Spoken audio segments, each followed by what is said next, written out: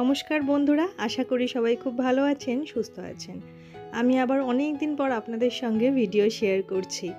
গতকাল জন্মাষ্টমীর ব্রত কথা নিয়ে একটা ভিডিও শেয়ার করেছিলাম, আর তারপর আজকে এই ভিডিওটা শেয়ার করতে এসেছি। মাঝখানে বেশ অনেক দিনের একটা গ্যাপ হয়ে গেছে, আমি আপনাদের সঙ্গে ভিডিও শেয়ার করিনি। তার এত বেশি ব্যস্ততার মধ্যে ছিলাম যে আমার কিছুতেই এডিট করে হওয়া উঠছিল না। ওই কারণে আমার ভিডিওটা শেয়ার করতেও অনেক দেরি হয়ে গেল। এই ভিডিওটা হচ্ছে ঝুলনের দিনের ভিডিও। ঝুলনের দিন আমি আমার ঘরে থাকা গোপাল সোনার কীভাবে সেবা করেছিলাম সেটাই আপনাদের আজকে শেয়ার করতে এসেছি। আপনারা হয়তো ভাবছেন যে আমার ঘরে তো একটাই গোপাল সোনা ছিল, দুজন কোথা থেকে আসলো। আর একজন হচ্ছে একদম আমার পাশের বাড়ির, ওদের যেহেতু কালাহসুজ একজন মারা গেছেন আত্মীয়, সেই কারণে আমার ঘরে এই গোপাল সোনা এখন সেবা নিচ্ছেন।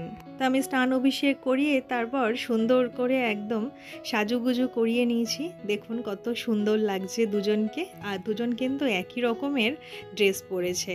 দুজনকে সাজগোজ করিয়ে নেওয়ার পর ভাবলাম একটু দোলনায় বসাই, ততক্ষণে আমি আজকে পায়েসটা রান্না করে নেব, বাকি সব যা জোগাড় করার দরকার সমস্ত জোগাড় করে নেব। আর এই দোলনাটা আমি একটা ওড়না দিয়ে বানিয়েছি। এই ওড়নাটা আমার বৃন্দাবন থেকে নেওয়া, রাধে রাধে লেখা পুরো ওড়নায়। তো এই যে এটা দিয়ে আমি সুন্দর করে দোলনাটা বানিয়ে দুজনকে এখন বসিয়েছি। এখন দুজন দোল খাবে, আর আমি ততক্ষণে পায়েসটা রান্না করে সমস্ত কিছু জোগাড় টোগাড় করে নিয়ে তারপর নিচে যে জায়গাটা এই যে এখানে বসিয়ে পুজো করব। ততক্ষণ আমার গোপু সোনারা দোলনায় দুলুক। তো এই যে এখানে আমি দুধ নিয়ে নিয়েছি, দুধটা গরম বসিয়েছি আর কি পায়েসের জন্য।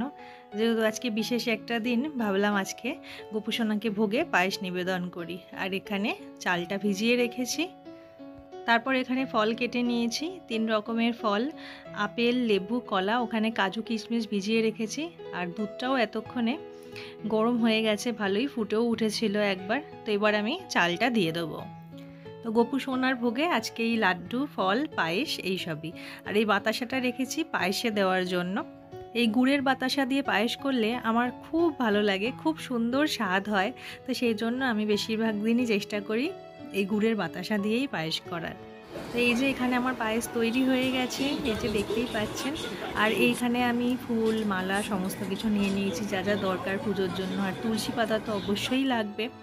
এখানে গোপাল সোনাদেরও বসিয়ে দিয়েছি, এখানে বসিয়ে পুজো করব বলে খুব সুন্দর একটা আসনের উপর বসিয়েছি, দেখতেই পাচ্ছেন।